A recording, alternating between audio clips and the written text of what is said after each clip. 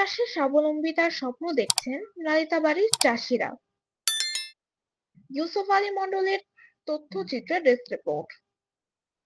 শেরপুর জেলার নালিতাবাড়ী উপজেলার পাহাড়ি অঞ্চল এবং পৌর এলাকার খালপাড়া ও রামচন্দ্রপুরা সহ বিভিন্ন স্থানে চাষ হচ্ছে কফি।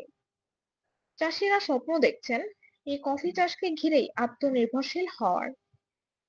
কৃষি সম্প্রসারণ অধিদপ্তরের তথ্যানুযায়ী কফি উৎপাদন ও রপ্তানির মাধ্যমে দেশে আয় হয়েছে প্রায় 250 কোটি টাকা। একসময় যে দেশে বিদেশ থেকে কফি আমদানি করতে হতো, এখন সেই দেশে শেরপুরের চাষিরা নিজস্বভাবে কফি উৎপাদন করে বাজারজাত করছেন। বর্তমানে প্রতি কেজি কফি বাজারে বিক্রি হচ্ছে প্রায় 2000 টাকায়। কৃষি উদ্যোক্তা ও কৃষিবিদ সাজ্জাদ হোসেন তুলিপ 2021 সালে বান্দরবনের পাহাড়িদের কাছ থেকে অনুপ্রাণিত হয়ে কফি চাষের উদ্যোগ নেন। সেখান থেকে কফি চারা এনে তিনি নালিতাবাড়ীতে প্রায় 30 জন নতুন উদ্যোক্তা গড়ে তোলেন। গত বছর নালিতাবাড়ী থেকে প্রায় 500 কেজি কফি দেশের বিভিন্ন স্থানে সরবরাহ করা হয়েছে।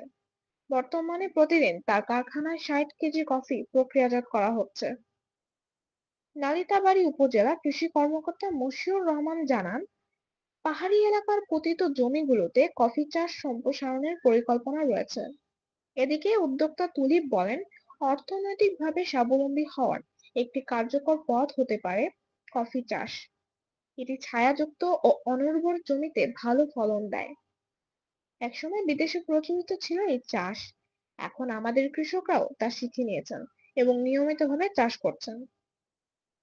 নালিতাবাড়ীর পাহাড়ি জনপদে কফি চাষ নতুন সম্ভাবনার দ্বার খুলে দিয়েছে বলে মনে করছেন স্থানীয় চাষিরা।